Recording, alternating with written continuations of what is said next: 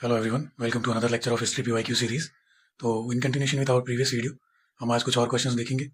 And mind you one thing, इसमें जो भी फैक्ट्स रिपीट होंगे जो हम प्रीवियस क्लासेस में कवर कर चुके हैं, तो क्योंकि मतलब जो लोग कंसिस्टेंट हैं उनका टाइम वेस्ट नहीं होना चाहिए, तो इसलिए उन फैक्ट्स को बहुत ज़्यादा उस पर एम्फेसिस नहीं आपको देखने को मिलेगी। रादर आप अगर मतलब इस सीरीज़ को एक आउट से कि क्रोनोलॉजिकल ऑर्डर में देखेंगे तो आपको एक बेटर आइडिया मिलेगा, है ना। तो without any further ado let's get started. पहला क्वेश्चन है, which among the following was the founder of the Mauryan dynasty. ठीक है, तो अब अगर हम मौर्यन डायनेस्टी की बात करें तो Mauryan dynasty was found by Chandragupta Maurya, ये सभी को पता है। ये 322 बीसी में ये डायनेस्टी फाउंड की गई थी after the death of Sikandar of course, और अलेक्जेंडर, इसी को अलेक्जेंडर भी कहते हैं। ठीक है, तो ये चीज़ें हैं। इसके अलावा जो ये सॉरी अब जो मौर्य डायनेस्टी थी वो नंदास के सक्सेसर थे।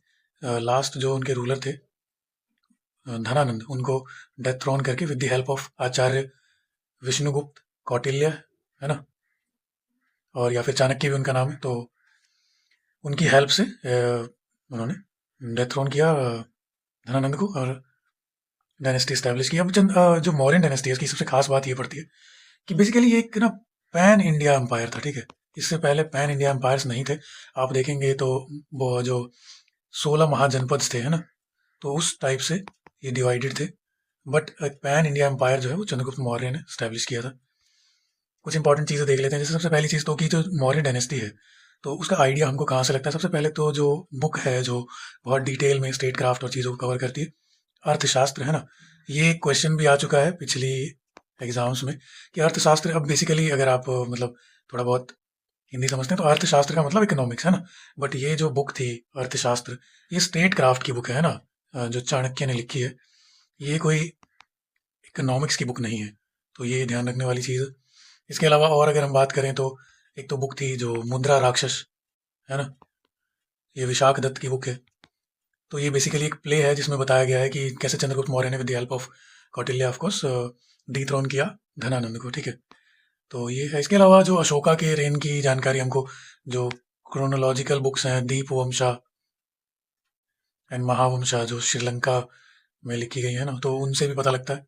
ठीक है, कुछ और चीज़ें अगर हम बात कर लें इसमें तो ना, जैसे जो मौर्यन डायनेस्टी थी वो बहुत ज़्यादा मैं कहूँगा कि सेक्युलर थी, इन द सेंस कि इसके जो भी लाइन ऑफ रूलर्स रहे ना उनने अलग अलग धर्म को पेट्रोनेज दी। जैसे अगर हम चंद्रगुप्त मौर्य की बात कर लें तो उन्होंने जैनिज्म, है ना, को पेट्रोनेज दी। आपको पता होगा इन्होंने श्रवण बेलगोला में जाके संलेखना पद्धति से अपने शरीर का त्याग कर दिया था। ठीक है, basically starving on to death. ठीक है, तो वो उन्होंने किया था। और इसके अलावा इनके जो सक्सेसर थे that is Bimbisara, Bindusara sorry, Bimbisara तो हरियंक डायनेस्टी से थे। तो बिंदुसार ने जो है आजीविका सेक्ट को पेट्रोनेज दी थी। अब आजीविका सेक्ट जो है वो मक्खली गोसाल के द्वारा फॉर्म किया गया था, है ना। अब मक्खली गोसाल के बारे में अगर थोड़ा आइडिया आपको दूं मैं तो इन्होंने ये मतलब जो महावीर जैन थे, है ना, उनके साथ ही इन्होंने मतलब रेनन्सिएशन एंड जो पाथ लीडिंग टू एनलाइटनमेंट शुरू किया था। But due to some conflict, है ना, इन्होंने एक अलग मैं कहूँगा कल्ट की स्थापना की जिसका नाम था आजीविका सेक्ट या कल्ट। ठीक है, इसके अलावा जब हम अशोका की बात करते हैं तो 13th रॉक एडिक्ट जो है अशोका का, उसमें ये चीज़ मेंशन है।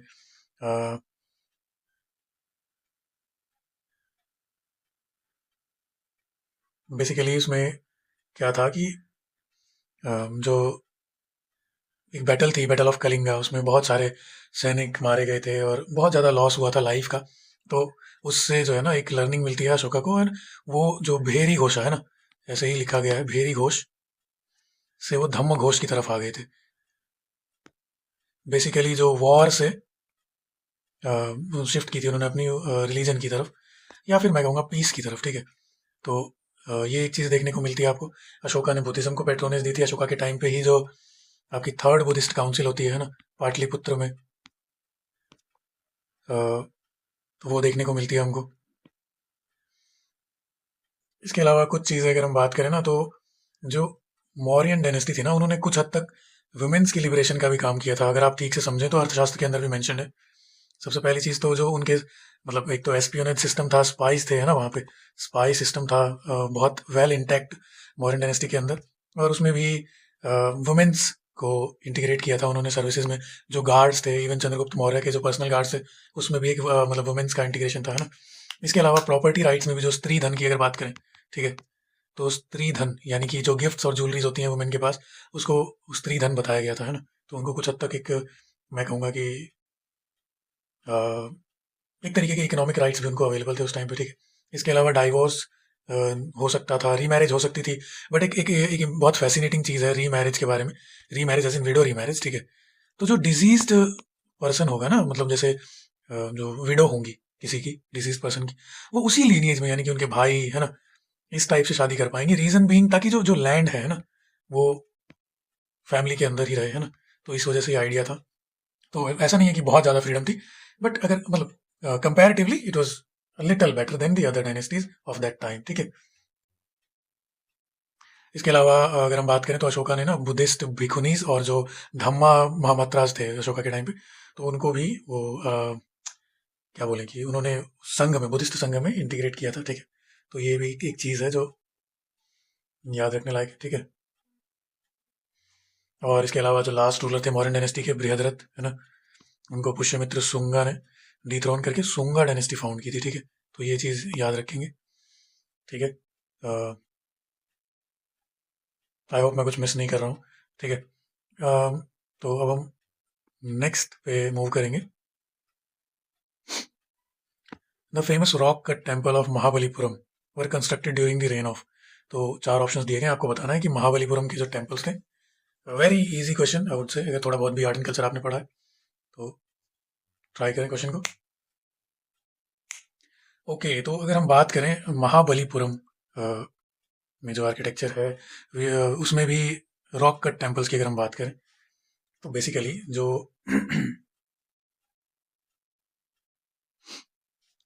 जो पल्लव किंग हैं, जिनको ये महाबलीपुरम एक सिनोनिम भी हो जाता है उनका, मामल्ला बोलते हैं उनका ना। मामल्ला मीन्स पहलवान, ठीक है, रेसलर। तो जो नरसिंह वर्मन वन है, तो नरसिंह वर्मन वन ने ये रॉक कट आर्किटेक्चर, और इसको एक और नाम से जाना जाता है, that is the Rath temples. Yes, Rath temples के नाम से भी जानते हैं। यहाँ पर आपको अलग अलग टाइप के रथ मिलते हैं, जिसमें सबसे बड़ा रथ जो है, ऑफ कोर्स दैट इज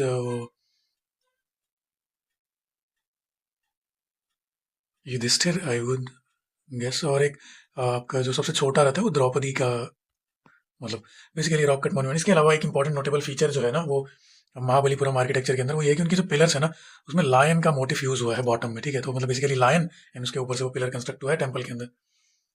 अब पल्लव आर्किटेक्चर की अगर हम बात करें तो इसको हम बेसिकली 3 ग्रुप्स में डिवाइड करते हैं, ठीक है। सबसे पहला तो ये चीज़ समझने वाली है कि जो द्रविडियन आर्किटेक्चर है ना हमारा, जिसमें विमान, ठीक है, गोपुरम्स और चीज़ें हैं, तो ये इन सब चीज़ों का जो ऑरिजिन है ना, वो पल्लव आर्किटेक्चर से ही लिया जाता है, ठीक है। और एक और नोटेबल चीज़ है हॉर्स शू मोटिव, यानी कि गोरक्ष विमान जिसको कहते हैं, तो वो चीज़ वहाँ पे देखने को मिलती है। इसके जो 3 ग्रुप्स हैं बेसिकली, वो मैं आपसे डिस्कस कर लेता हूँ। सबसे पहली चीज़ तो इसके अंदर जो महेंद्रादित्य स्टाइल है, ठीक है, ये भी रॉक कट टेम्पल्स है, महेंद्रादित्य वाला। इसको सक्सीड करते हैं नरसिंह वर्मन या फिर ममल्ला या फिर महाबलीपुरम के आर्किटेक्चर, और इसको सक्सीड करते हैं राजसिम्हा ग्रुप में। तो मतलब राजसिम्हा ग्रुप ऑफ आर्किटेक्चर या टेम्पल। और राजसिम्हा ग्रुप का जो प्रोमिनेंट एग्जाम्पल है वो यही होगा, वो कांचीपुरम वाला जो वो कैलाशनाथ टेम्पल है ना, ग्रेटेस्ट टिल डेट। तो वो एक इसका राजसिम्हा ग्रुप का एग्जाम्पल हो जाएगा, ठीक है। एक मैं बेसिक आपको आइडिया देता हूँ, जो अपनी अगर आपने पढ़ लिया है तो बहुत अच्छा, अदरवाइज जो 11th क्लास की एनसीईआरटी है ना, तमिलनाडु बोर्ड की, उसमें आर्ट एंड कल्चर बहुत अच्छे से कवर किया गया है, ठीक है। तो अगर अभी भी आप यहाँ पर लैक कर रहे हैं ना, डिटेल्स में मिस आउट कर रहे हैं इंपॉर्टेंट चीज़ों पे, तो एक बार आप उसको देख लीजिएगा सरसरी निगाह से।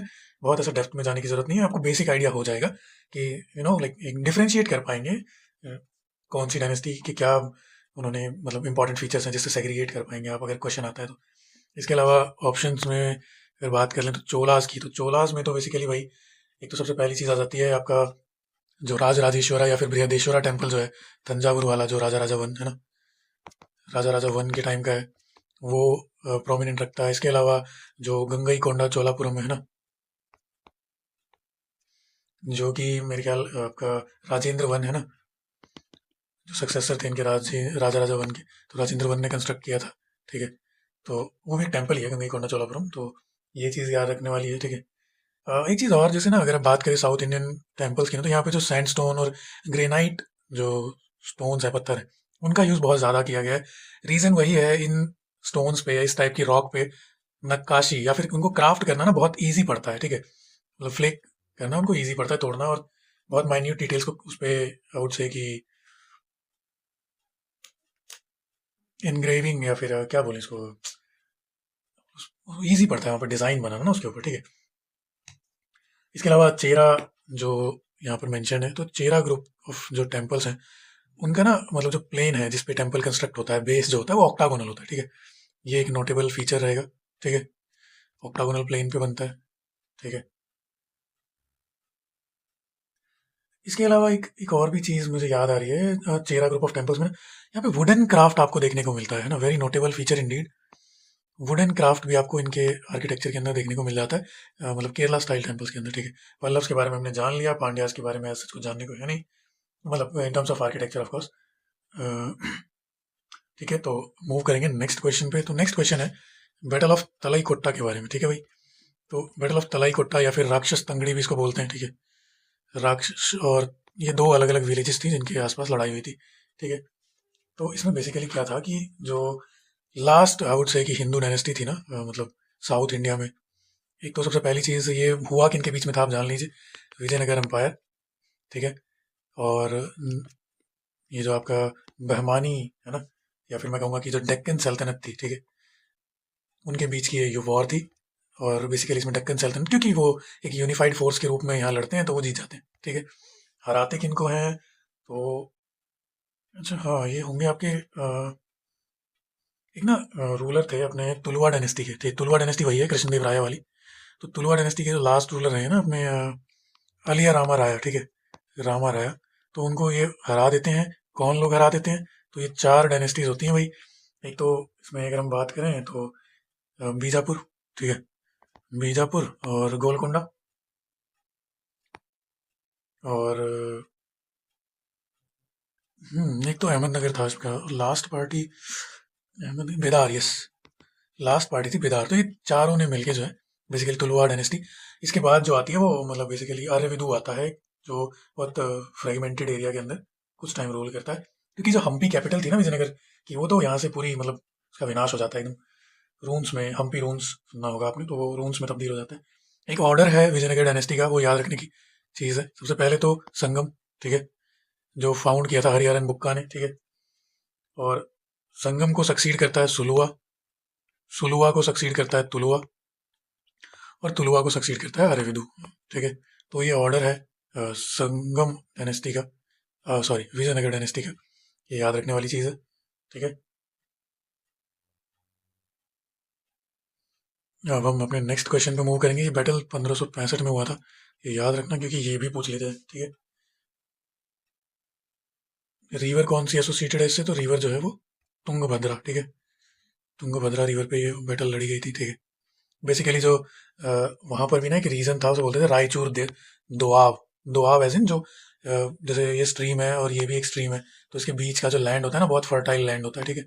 और ऑब्वियस है हिस्ट्री में अगर आप मोस्टली बैटल्स देखेंगे तो आइदर उसका रीजन या तो वुमेन रही हैं, प्रोमिनेंट वुमेन, जैसे महाभारत में द्रौपदी का अपमान, ठीक है, या फिर fertile land such as this battle of Talikota. तो इस तरीके की चीज़ें देखने को मिली हैं मोस्ट। उसमें एक और भी चीज़ है, जैसे अ, चलो कोई नहीं, नेक्स्ट टाइम वो आएगा कभी तो डिस्कस कर लेंगे, है ना। Okay, who wrote the book Akbarnama, तो आपको बताना है अकबरनामा किसने लिखी, ठीक है। ओके, तो अकबरनामा जो है ना बेसिकली ये एक 3 वॉल्यूम्स में किताब लिखी गई थी अबुल फजल के द्वारा, ठीक है। अबुल फजल की अगर हम बात करें तो एक अकबर के टाइम पे ये एक लिटरेट बीइंग थे। इनमें बेसिकली इंपॉर्टेंस रखता है ये 3 वॉल्यूम्स जो है इस बुक की। तो उसकी मतलब बेसिकली सब्जेक्ट मैटर क्या है वो डिस्कस कर लेते हैं। तो सबसे पहले वॉल्यूम 1 में ना जो हिस्ट्री है, आई वुड से कि जेनेलॉजी है जो अकबर की, जिसमें तैमूर के डिसेंडेंट्स मानते थे खुद को, है ना। तो वहां से लेकर के और अकबर का जो प्रेडिसर था यानी कि हुमायूं, है ना, तो वहां तक की हिस्ट्री को कवर करते हैं। सेकंड में अगर हम बात करें वॉल्यूम 2 के अंदर ना बेसिकली जो रेन ऑफ अकबर है, ठीक है, उसका शासन काल है, उसके बारे में डिस्कशन होता है।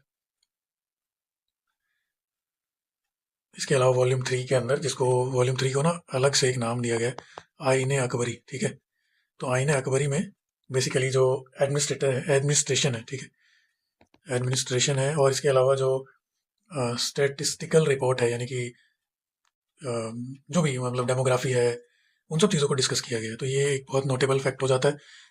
नेक्स्ट किसी भी एग्जाम में आपको स्टेटमेंट के रूप में पूछा जा सकता है, ठीक है। इसके अलावा बात करें बदायूं की सॉरी, तो बदायूनी बेसिकली वो पर्सन है जो जैसे इसको इस तरीके से समझेंगे कि हर एक किंग के टाइम पर ना कोई एक ऐसा पर्सन जरूर होता है जो थोड़ा सा उसका एक क्रिटिक होता है, ठीक है।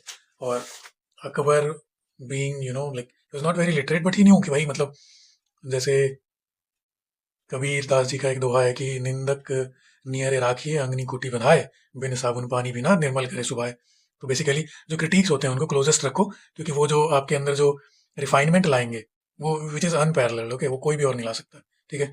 तो बदाऊनी तो क्रिटिक तो थे ही, बदाऊनी एक पर्सन है जो हिंदू लिटरेचर को, देखिए मतलब किंग मतलब वही वाली चीज़ की राजा राजा होता है, उसका दिमाग देखिए कि वो अपने क्रिटिक को क्या कहता है। Since he was staunch Muslim, I would say very radical in his approach, तो उसको क्या बोलते हैं कि भाई तुम ना कि काम करो कि तुम पढ़ोगे तभी जानोगे कि दूसरा रिलीजन भी अच्छा है ना, उसकी क्या वैल्यूज है, उसको तुम तभी जानोगे जब पढ़ोगे। तो ऐसे तो नहीं पढ़ेगा कोई भी। अगर मैं उसकी ड्यूटी बना दूं तुमको हिंदू लिटरेचर को पर्शियन में ट्रांसलेट करना है, तो you are left with none, like you don't have any other option but to read it and translate it, है ना। तो वो चीज़ हुई। अब इसमें जो नोटेबल वर्क है इनका वो याद रखने वाला, बहुत फेमसली रिपीट होता रहता है केबीसी के अंदर, रज़्मनामा, ठीक है। रज़्मनामा की अगर हम बात कर लें तो रज़्मनामा बेसिकली महाभारत है ना। तो महाभारत को ट्रांसलेट किया इन्होंने पर्शियन में, ठीक है। और इसके अलावा और भी कुछ बुक्स थी जो इन्होंने ट्रांसलेट की थी, स्टेटमेंट के रूप में पूछ सकते हैं, इसलिए मैं बता दे रहा हूँ। एक तो सबसे पहले रामायण, ठीक है, जो एपिक्स हैं हिंदुइज्म में। और इसके अलावा अथर्ववेद भी इन्होंने ट्रांसलेट किया था, ठीक है। और हाँ, एक और भी चीज़, इन्होंने ना एक जो अपनी कथा सरित सागर है, ठीक है, बेसिकली सी ऑफ टेल्स कहते हैं जिसको, मॉरल स्टोरीज हैं बेसिकली, तो उसको उन्होंने ट्रांसफ़र किया था बहर उल बहर अल अस्मार के नाम से, ठीक है। ऐसा ही कुछ सिमिलर नाम था, correct me if I am wrong. तो बहर अल अस्मार के नाम से इन्होंने इसको कथा सरित सागर को पर्शियन में ट्रांसलेट किया था, ठीक है जी। हो गया इतना। अब एक नोटेबल फिगर इसमें मेंशन है, इबन बतूता, ठीक है। तो इबन बतूता एक मोरक्कन ट्रैवलर थे, ठीक है जी। मोरक्कन ट्रैवलर थे, और ये ना जो मोहम्मद बिन तुगलक हैं, इनको वाइजेस्ट फूल के नाम से भी जानते हैं हम लोग, है ना, क्योंकि इन्होंने जो 5 एक्सपेरिमेंट किए थे उस टाइम पे वो पांचों ही फेल हो गए थे। तो basically if he would have succeeded in his experiment, तो ये क्या प्रोमिनेंस रखते हैं अपनी हिस्ट्री में कि भाई मतलब क्या मतलब एक नोटेबल फिगर थे इन्होंने, तो मतलब इतनी नोटेबल चीज़ें की हैं, बट अगेन वो चीज़ें फेल हो गई, तो now is he becomes wisest fool in history. सो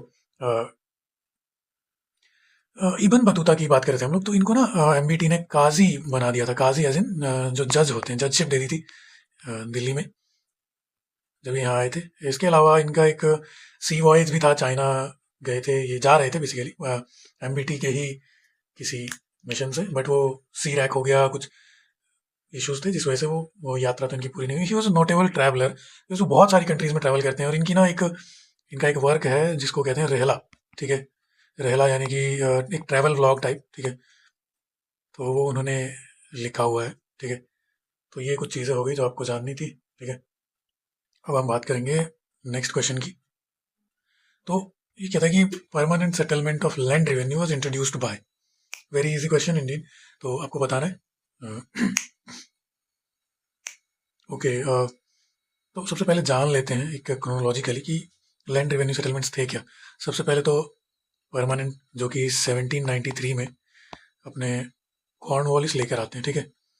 और इसके अलावा एक था अपना रैयतवाड़ी, ठीक है, और ये अराउंड 1820 के टाइम पे आया था, 2022, ठीक है। और एक था महालवारी, ठीक है, ये भी मतलब इसी टाइम पे 1822, ये दोनों का टाइम ऑलमोस्ट सेम ही है, ठीक है। तो इस टाइम पर ही आया था, ठीक है। अब हम कुछ चीज़ें जान लेते हैं इनके बारे में। परमानेंट रेवेन्यू सेटलमेंट, ठीक है, ये एक ऐसा व्यवस्था था जिसने हमको ना मतलब इसने लैंडलेस जमींदार बनाए, ठीक है। या फिर एक बड़ी अच्छी टर्म इसके लिए यूज़ की जाती है, एब्सेंटी लैंडलॉर्डिज्म। एब्सेंटी लैंडलॉर्डिज्म, ठीक है। बेसिकली इसका मीनिंग क्या है कि अब जैसे मान लेते हैं कि आपको ना मैंने लैंड दे दिया, ठीक है, जिस पे कुछ फसल उगेगी। परमानेंट सेटलमेंट की बात कर रहे हैं हम। यहाँ पर जो आपका रेवेन्यू कलेक्शन होगा ना इस लैंड से, उसका 1/11 पार्ट आप रख सकते हैं और 10/11 पार्ट जो है वो ब्रिटिशर्स को चला जाएगा, ठीक है। अब क्योंकि आपको एक बहुत माइन्यूट या फिर मैं कहूँगा बहुत मिनिमल प्रॉफिट इसके अंदर मिल रहा है, तो आप क्या करेंगे, इस रेवेन्यू को आप इतना ज़्यादा चार्ज करेंगे कि आपका ये प्रोपोर्शन बड़ा हो। क्योंकि अब ये जो पीजेंट है या फिर जो कल्टीवेटर है इस लैंड का, अगर वो आपको इतना बड़ा रेवेन्यू शेयर देगा, एंड माइंड यू हम जब बहुत बैकवर्ड एग्रीकल्चर सोसाइटी थी, तो ऐसा नहीं था कि प्रोडक्शन बहुत ज़्यादा हाई था हमारे पास, ठीक है। इतना अगर आपको वो टैक्स दे देगा पीजेंट, तो उसके पास तो कुछ बचेगा नहीं कि वो इन्वेस्ट करे लैंड में, एंड देयरफॉर उसका जो लैंड होगा वो डे बाय डे इनफर्टाइल होता जाएगा, ठीक है।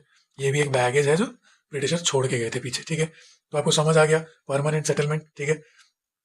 अब बात करें ना, तो ये परमानेंट सेटलमेंट कॉर्नवालिस लेकर आए थे, पर ये जो उपज थी ना, वो आइडिया जो था वो फिलिप फ्रांसिस का था, ठीक है। और ये बंगाल, बिहार, उड़ीसा जैसे एरियाज में और भी कुछ टारगेटेड एरियाज थे जहाँ पर ये इंट्रोड्यूस हुआ था, ठीक है। तो ये हो गई परमानेंट सेटलमेंट की बात। इसमें ना एक और चीज़ इंपॉर्टेंट है, कई बार पूछ लेता है कि सनसेट क्लॉज जो है ना, सनसेट क्लॉज वो किससे, कौन सी लैंड रेवेन्यू सेटलमेंट से रिलेटेड है। तो बेसिकली सनसेट क्लॉज क्या था कि लेट्स जस्ट अज्यूम कि ना आपको आज जो है मुझे लैंड रेवेन्यू सबमिट करना है 10/11 पोर्शन जो भी आपने टैक्स लिया है उसका। तो ये ना आपके पास जो टाइम है वो सनसेट तक का ही है। अगर आप बिफोर सनसेट उसको नहीं कर पाते हैं, तो Britishers had the right to auction that part of land, that portion of land, to any other new zamindar. That is why they said that they were the landless zamindars. They had all the rights, but like if before sunset you could not produce before them the revenue desired, then your land is gone. ठीक है, तो ये चीजें हैं permanent settlement में। बात कर लेते हैं रैयतवाड़ी सेटलमेंट की। तो एक तो सबसे पहली चीज़ जो परमानेंट सेटलमेंट था ना, उसमें एक तो पीजेंट हो गया, फिर इसमें मिडल मैन हो गया, मतलब जो रेवेन्यू कलेक्टर है, एंड देन ब्रिटिशर्स आ गए, ठीक है। बट अगर हम रैयतवाड़ी सेटलमेंट की यहाँ पे बात करें ना, तो रैयतवाड़ी सेटलमेंट के अंदर ये जो रैयत थे यानी कि किसान, ठीक है, वो डायरेक्टली रेवेन्यू पे कर रहे थे ब्रिटिशर्स को। और ये रिवाइज भी होता था आई गेस 20 to 30 ईयर्स के अंदर, as per the like the productivity और दी से कि जो फर्टिलिटी है, जिस भी प्रकार का प्रोडक्शन उस लैंड से हो रहा है, तो उसके बेसिस पे ये रिवाइज होता था, ठीक है। ये सब हमने वो मनसबदारी में भी देखा है, मनसबदारी सेटलमेंट के अंदर भी ये होता था, अकबर रिवाइज करता था।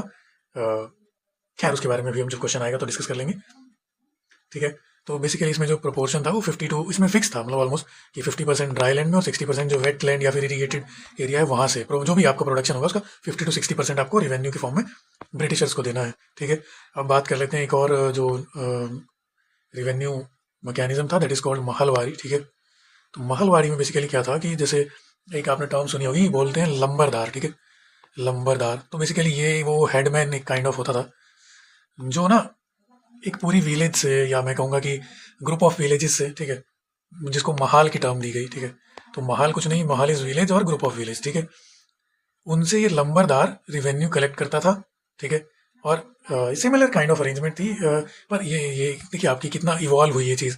परमानेंट में इन्होंने बनाया मिडलमैन जो कि रेवेन्यू कलेक्ट कर रहा है, ठीक है, और इधर बनाया इन्होंने ब्रिटिशर्स, सॉरी परमानेंट में मिडलमैन के थ्रू ये चीज़ें हो रही हैं, ठीक है। रैयतवाड़ी में डायरेक्ट जो रैयत है वो ही पे कर रहा है, ठीक है, there is no middle man involve. फिर अगर हम महलवाड़ी की बात कर लें यहाँ पर, तो महलवाड़ी सिस्टम के अंदर एक तो मिडल मैन भी है, फिर रैयत यानी कि किसान खुद भी इन्वॉल्व है डायरेक्टली इसमें। तो कितना इवॉल्व हुई है चीज़ें ना टाइम टू टाइम, ये भी एक मतलब क्रोनोलॉजिकली समझने में, बेसिकली याद रखने में आसान पड़ता है, ठीक है।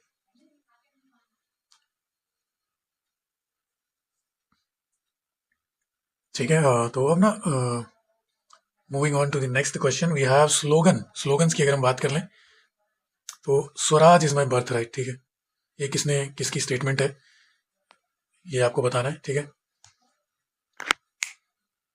ओके, तो Swaraj is my birth right. तो सबसे पहले स्वराज की अगर हम बात कर लें, ठीक है, तो स्वराज ये टर्म कॉइन की गई थी स्वामी दयानंद सरस्वती के द्वारा। हाँ, वही दयानंद सरस्वती, आर्य समाज शुद्धि मूवमेंट वाले, ठीक है। तो दयानंद सरस्वती ने टर्म कॉइन की थी। इसके अलावा इसको पॉपुलराइज किसने किया, दैट इज योर दादा भाई नेहरू जी, ठीक है।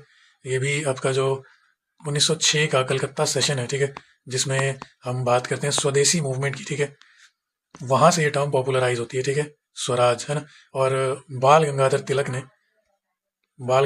ने इसको अपना स्लोगन बनाया था, that Swaraj is my birth right, है ना, and I shall have it, ठीक है। इसके अलावा कुछ और चीज़ें जाननी जरूरी है। महात्मा गांधी से जुड़े जो स्लोगन है, सबसे पहले तो एक क्विट इंडिया, ठीक है, तो क्विट इंडिया भी जो गांधी का नारा है ना, ये यूसुफ महरौली, अब यूसुफ महरौली वो हैं जिन्होंने हमको नारा दिया था साइमन गो बैक का भी, ठीक है। अब दोनों ही चीज़ें ना ये यूसुफ महरौली ने पॉपुलराइज नहीं की, क्विट इंडिया तो गांधी साहब ने कर दी पॉपुलराइज, ठीक है। और जो साइमन गो बैक का नारा है वो लाला लाजपत राय, इनको शेर पंजाब भी कहते हैं ना, तो इन्होंने पॉपुलराइज किया, ठीक है। तो ये कुछ चीज़ें हैं जो इंपॉर्टेंट है। इसके अलावा एक कंफ्यूजिंग क्वेश्चन मैंने बहुत बार देखा है, एक तो है आपका दिल्ली चलो, ठीक है। तो दिल्ली चलो आपका जो सुभाष चंद्र बोस, जिन्होंने आपका जो इंडियन इंडिपेंडेंस को लेके जो उन्होंने आर्मी, इंडियन नेशनल आर्मी है ना, फॉर्म की थी, फॉर्म तो उन्होंने नहीं की थी, खैर वो मनमोहन सिंह ने की थी, बट जो बेसिकली उन्होंने लीड किया था इसको, इंडिया को उन्होंने मिलिट्री मीन्स के थ्रू फ्रीडम दिलाने के लिए ट्राई किया था, ठीक है।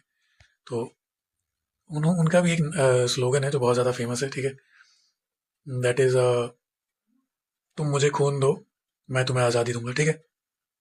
तो वो भी आपको याद रखना है, ठीक है। इसके अलावा अ, हाँ कुछ, हाँ और उसके अलावा ना एक और, जैसे दिल्ली चलो तो उनका हो गया, सुभाष चंद्र बोस का, उनकी कॉल थी कि मतलब like let's reach to Delhi है ना, एंड वहाँ से रूल स्टार्ट करेंगे, लेकिन चलो दिल्ली, ठीक है।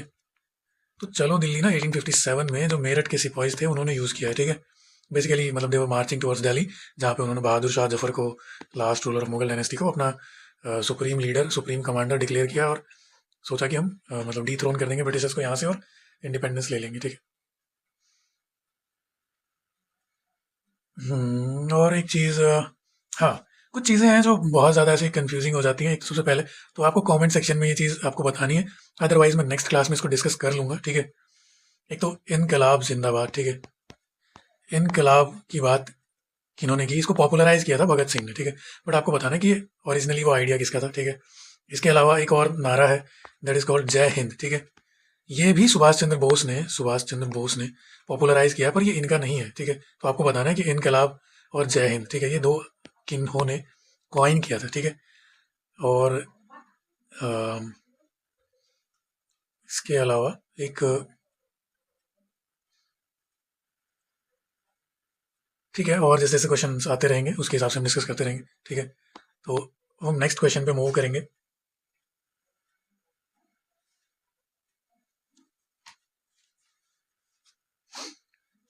कुछ और चीज़ें मुझे लगता है डिस्कस कर लेनी जरूरी है। सबसे पहले तो सत्यमेव जयते, ठीक है, मुंडका उपनिषद से लिया गया, ठीक है। ये ना मदन मोहन मालवीय जो है हमारे, ठीक है, पंडित जी भी बोलते थे इनको, है ना। मदन मोहन मालवीय जिन्होंने BHU, बनारस हिंदू यूनिवर्सिटी में बहुत ज़्यादा संस्थापन में बहुत ज़्यादा रोल है इनका, ठीक है, उन्होंने पॉपुलराइज किया था, ठीक है। तो मुझे लगता है और एक चीज़ है जो मैं भूल रहा हूँ, हाँ एक और स्लोगन है, वंदे मातरम, ठीक है। तो ये भी ध्यान रखना कि बंकिम चंद्र चट्टोपाध्याय जो है उन्होंने इसको कॉइन किया था, वंदे मातरम को, सॉन्ग है उनका, है ना, सन्यासी रेबेलियन पे, तो वहीं से ये पॉपुलराइज हुआ। इसके अलावा एक चीज़, सरफरोशी की तमन्ना, है ना, सरफरोशी की तमन्ना अब हमारे दिल में, ये जो सॉन्ग है ये बिस्मिल अजीमाबादी का है, किनका है, बिस्मिल अजीमाबादी, बट इनको भी, इस चीज़ को भी पॉपुलराइज किया था राम प्रसाद बिस्मिल ने, ठीक है। ये याद रखना है आपको, ये कंफ्यूजिंग स्टेटमेंट्स हैं जो रिपीट होती रहती हैं न्यूमरस एग्जाम्स में, ठीक है। और इनकलाब की जो बात मैंने की तो मैं बता ही देता हूँ, है ना, मतलब बेकार कंफ्यूजन क्रिएट करके क्या फ़ायदा। तो इनकलाब जो नारा था वो, एक तो हसरत मोहानी साहब थे, उन्होंने इनकलाब जिंदाबाद की बात की थी, ठीक है। और इसके अलावा मैंने एक और चीज़ आपसे पूछी थी, जय हिंद, है ना। तो ये इतना मुश्किल नहीं है, जय हिंद तो आपको शायद गूगल सर्च में मिल ही जाएगा। तो ये आपको बताना है कमेंट सेक्शन में, जय हिंद कहाँ से, किन्होंने मतलब कॉइन किया, ठीक है। ठीक है, moving on to the next question we have, with reference to Indus valley civilisation consider the following. Okay, तो इसके आंसर को डिस्कस कर लेते हैं। टाउन प्लानिंग की अगर हम बात करें ना इंडस वैली में, तो सबसे पहले तो जो उनके स्ट्रीट्स थे वो ग्रिड पैटर्न के अंदर, मतलब वो आउट से कि 90 डिग्री पे एक दूसरे को काटते थे, ठीक है। तो बहुत एक मतलब सिस्टमैटिक और एक प्लान्ड सिटी है ना, जहाँ पे वेल लेड ड्रेनेज सिस्टम था, है ना, और सब चीज़ें थी। इसके अलावा burned bricks were used extensively in construction, ठीक है। तो अगर हम बात करें बर्न्ड ब्रिक्स की, तो yes of course burned bricks use हुए थे इंडस वैली सिविलाइजेशन में ये भी एक नोटेबल फीचर था उनका। एक तो अर्बन प्लानिंग, ठीक है, ग्रिड पैटर्न पे, ड्रेनेज सिस्टम, बर्न ब्रिक्स, ये सब चीज़ें बहुत ज़्यादा नोटेबल हैं, ठीक है।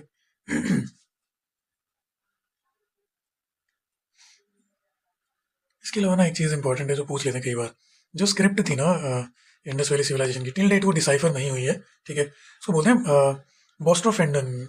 ये बेसिकली क्या था कि जो जैसे हम लोग ना लेफ्ट टू राइट लिखते हैं, अभी मैंने लिखा ना लेफ्ट टू राइट, मतलब बोस्ट्रोफेंडन स्क्रिप्ट है ना वो राइट टू लेफ्ट लिखी जाती है, मतलब I would start from here and यहाँ तक रीच करूंगा मैं।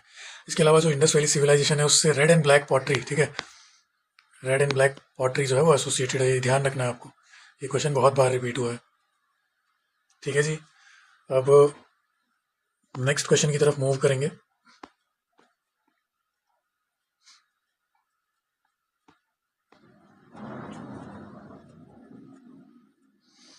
तो यहाँ पे बात होती है अशोका की पॉलिसी ऑफ धम्मा पे, ठीक है। तो आपको बताना है कौन सी स्टेटमेंट करेक्ट है।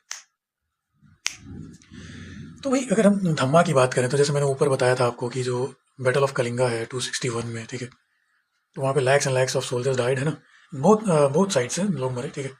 तो वहाँ से ही ना मतलब जो भेरी घोष था वो धम्मा घोष में आ जाता है, ये रॉक एडिक्ट 13th में हमको देखने को मिलता है, ठीक है। और इसमें ही अगर हम बात करें ना कुछ चीज़ों की, जैसे जो नोटेबल चीज़ें हैं, सबसे पहले तो धम्मा है क्या, ठीक है। तो धम्मा कोई बुद्धिज़्म की पॉलिसी नहीं है, धम्मा कोई एडमिनिस्ट्रेटिव एफिशिएंसी की पॉलिसी नहीं है। जो अशोका का धम्मा है ना, that is the social harmony and ethical conduct, ठीक है। जैसे कि अगर एग्जांपल दूं मैं, तो फर्स्ट रॉक एडिक्ट में वो कहते हैं कि जो एनिमल सेक्रीफाइस है ना उस पर बैन होना चाहिए, क्योंकि मतलब दिस ब्रिंग्स हार्मनी ह्यूमंस का नेचर के साथ में, ठीक है। कि भाई तुम खुद भी नहीं चाहते कि हर्ट हो, तो हम तुम दूसरों को भी हर्ट मत करो, ठीक है। ये एक चीज़ हुई, ठीक है।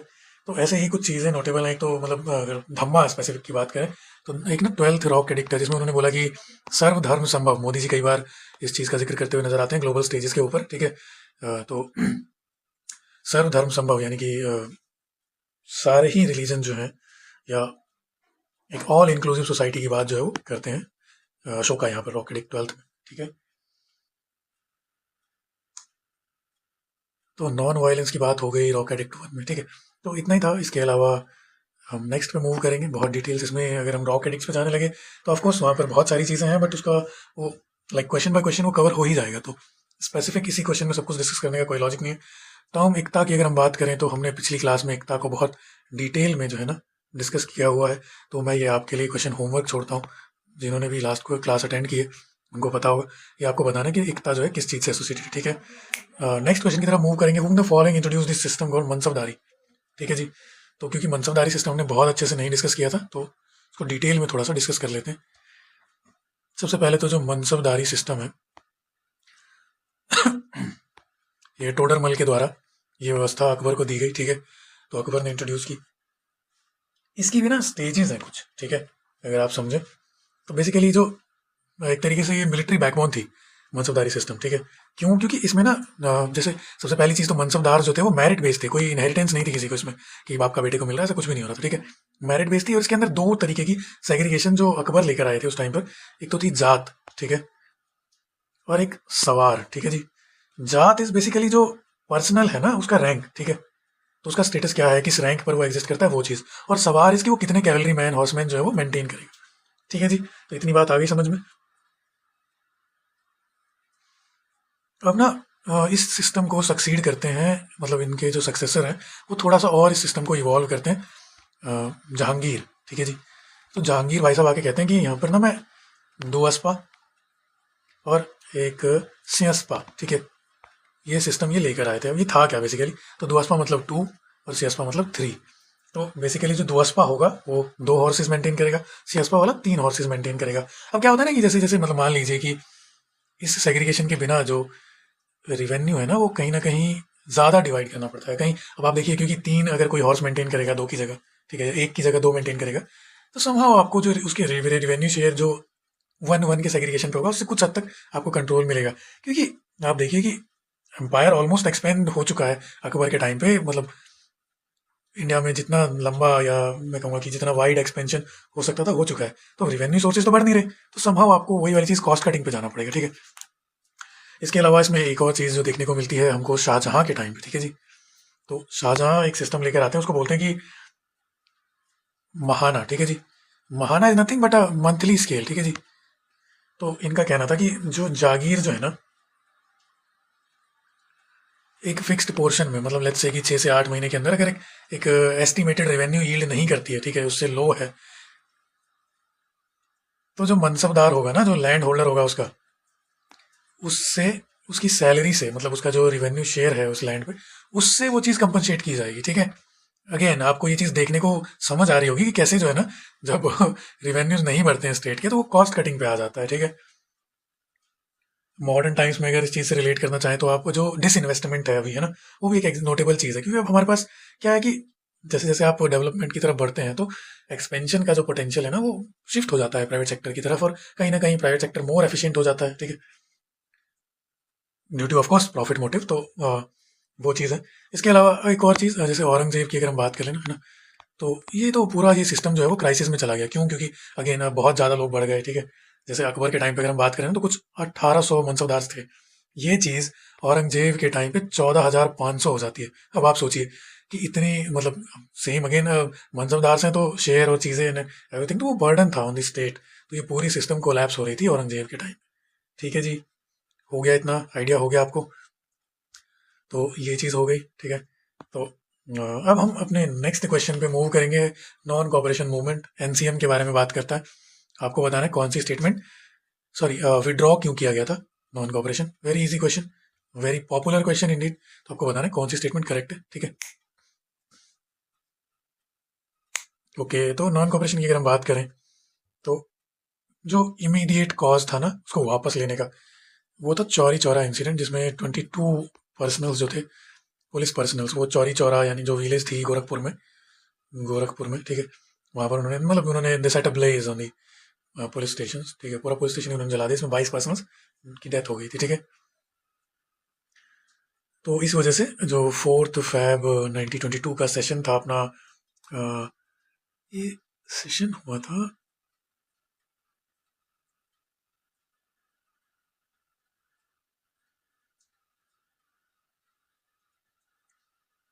ये 4 फरवरी का इंसिडेंट है। तो सेशन हुआ था शायद 12 को, है ना, क्योंकि 12 को ही इन्होंने विड्रॉ किया था। ठीक है। तो 12 फरवरी 1922 को इन्होंने इसको विड्रॉ कर लिया। सेशन बरदौली था इस, तो बरदौली सेशन में इन्होंने, गांधी जी ने इसको, इस मूवमेंट को, एनसीएम को विड्रॉ कर लिया, ठीक है। अब एनसीएम का इवोल्यूशन देख लेते हैं। सबसे पहले ना, एनसीएम ट्रिगर किन चीज़ों से होता है, क्यों, मतलब इतनी, मतलब हमको, why we Gandhi became so desperate to call such a radical thing, है ना। तो एक तो सबसे पहली चीज़ जलियांवाला बाग, ठीक है, मैसेकर जो हुआ अपना 13 अप्रैल 1919, है ना, 13 अप्रैल 1919। इसके अलावा एक तो अपना वो चल ही रहा था, रॉलेट एक्ट, है ना, नो दलील नो वकील वाला, है ना, इसे ब्लैक लॉ, काला कानून भी बोलते थे, ठीक है। तो वो चल ही रहा था। दो चीज़ें थी, एक एक और चीज़ थी, जो खिलाफत कॉज था ना, जो टर्की के कैलिफ को, है ना, मतलब तो वहाँ से जो डिसेंट मैं कहूँगा आया था, तो गांधी ने इन सब चीज़ों को इंटीग्रेट करके एक मोहम्मद अली, शौकत अली जो थे, है ना, तो उन्होंने उसको इंटीग्रेट करके। अच्छा, एक और नोटेबल चीज़ होती है 1920 में, तिलक साहब की डेथ हो जाती है, ठीक है, और तिलक फंड, तिलक स्वराज फंड भी जो है ना, यहाँ से इस्टेब्लिश होता है। अब बेसिकली क्या है कि किसी भी मूवमेंट को इतने मास स्केल पे लॉन्च करने के लिए आपको रिक्वायर्ड होगा पैसा, ठीक है। तो ये कलकत्ता सेशन में पास हुआ था जी, जो स्पेशल सेशन था, ठीक है, और नागपुर सेशन जो 1920 का है उसमें लॉन्च हो गया था। एक और चीज़, यहाँ से ना, जो आपका बरदौली सेशन है 12 फरवरी वाला, ठीक है, यहाँ से ना एक स्प्लिट आ जाता है। सूरत स्प्लिट नहीं, बरदौली में भी एक तरीके का डिवीजन कांग्रेस में देखने को मिलता है। एक बोलते हैं प्रो चेंजर्स और एक नो चेंजर्स, ठीक है जी। तो इसमें फ़र्क क्या था? प्रो चेंजर्स का कहना था कि हम ना, मतलब we will rack the government from within, है ना, मतलब हम काउंसिल्स में एंट्री लेंगे और अंदर से खोखला करेंगे ब्रिटिश गवर्नमेंट को। इसमें जो नोटेबल फिगर्स थे वो तो सी आर दास हो गए, एक तो मोतीलाल नेहरू हो गए, ठीक है जी। इन्होंने एक अपना ना स्वराज जैसे कुछ करके भी स्टैब्लिश किया था। क्वेश्चन आएगा तो मैं उसको डिटेल में डिस्कस कर लूंगा, ठीक है। और जो नो चेंजर्स है ना, उनका कहना था कि ना हम बॉयकॉट को कंटिन्यू करेंगे, ठीक है जी, will continue the boycott, and हम ना कंस्ट्रक्टिव वर्क के थ्रू हम चेंज लाएंगे। बेसिकली जो रूरल एरियाज हैं वहाँ पर अभी भी, मतलब डॉगमास हैं, अभी भी बहुत ज़्यादा बैकवर्डनेस है, तो उसको हम, मतलब emancipation of the down trodden marginalised को उस पर फोकस करेंगे। इसमें आपके जो मॉडरेट लीडर्स लाइक सी राजगोपालाचारी, आपके दादा भाई नरोजी, ठीक है जी, सॉरी नरोजी तो शायद इस टाइम पर नहीं थे, वल्लभ भाई पटेल है ना, वल्लभ भाई पटेल और राजेंद्र प्रसाद, यस राजेंद्र प्रसाद जैसे फिगर्स हैं, ठीक है। तो ये कुछ चीज़ें हैं जो आपको नॉन कॉपरेशन मूवमेंट के बारे में भी पता होनी चाहिए, ठीक है जी। अब आज के अपने लास्ट क्वेश्चन पे हम आ जाते हैं, ठीक है। कहते हैं कि जो following movements associated with indigo cultivation जी, ठीक है। माइंड यू इंडिगो कल्टीवेशन की बात कर रहा है, ठीक है। तो आपको बताना है कौन सा स्टेटमेंट करेक्ट है।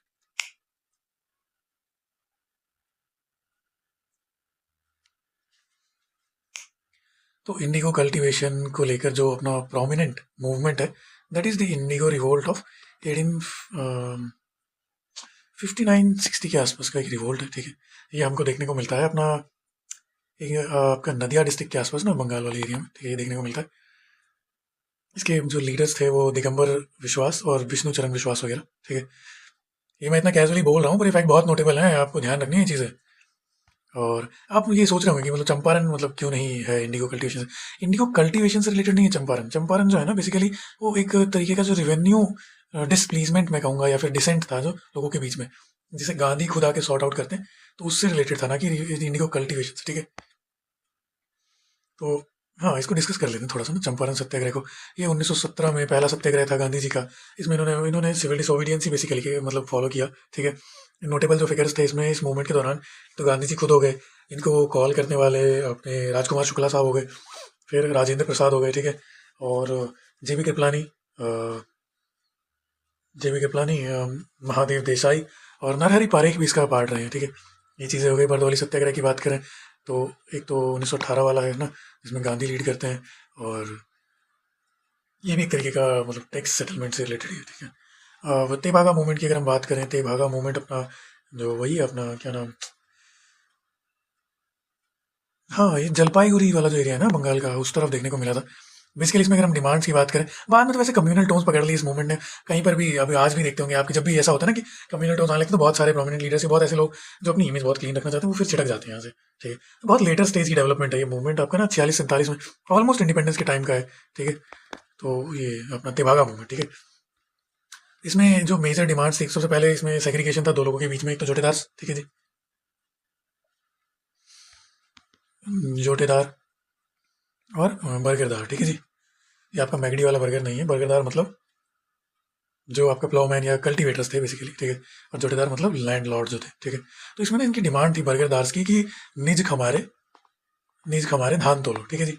बेसिकली इट मीन्स कि जो जो जो भी आपका प्रोड्यूस है ना, जो फसल है, उसको हमारे गोडाउन में स्टोर करो, हमारे यहाँ पर उसको रखो, ठीक है।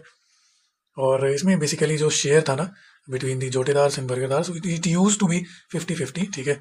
बट बर्गरदार्स की डिमांड थी तेभागा में कि we need 2/3 of our produce और 1/3 मिलना चाहिए जोटेदार्स को, बिकॉज उन्होंने ज़्यादा मतलब मेहनत की है लैंड पर और चीज़ों को, ठीक है। तो ये हो गई कुछ बेसिक चीज़ें तेभागा मूवमेंट के बारे में, ठीक है जी। तो इसी टाइप से एक बहुत मैं कहूँगा कॉम्प्रिहेंसिव मैनर में हम क्वेश्चंस को कवर करते हुए चलेंगे। इसके अलावा जो चीज़ें मैंने पिछली क्लास में बताई थी मैं फिर से रिपीट कर देता हूँ। तो ये सीरीज़ कंप्लीट हो जाएगी तो इसकी पीडीएफ आपको मिल जाएगी हमारे टेलीग्राम चैनल पे, ठीक है जी। इसके अलावा ये सीरीज़ जो है लाइक वीडियो आफ्टर वीडियो चलती रहेगी। और हाँ, ये चीज़ मैंने आज ऐड की, मैं फिर से रिपीट कर देता हूँ कि जो जो फैक्ट्स, जो चीज़ें हमने कवर कर ली हैं आज की क्लास में, प्रीवियस लेक्चर्स में, उनको ना अननेसेसरी मतलब टाइम किल करने का कोई लॉजिक नहीं है, ठीक है। तो उसको नहीं करेंगे, रादर हम मूव करेंगे नेक्स्ट चीज़ों के ऊपर, ताकि हम एक टाइम बाउंड मैनर में एक अच्छी रिवीजन कर पाए थ्रू PYQs, ठीक है जी।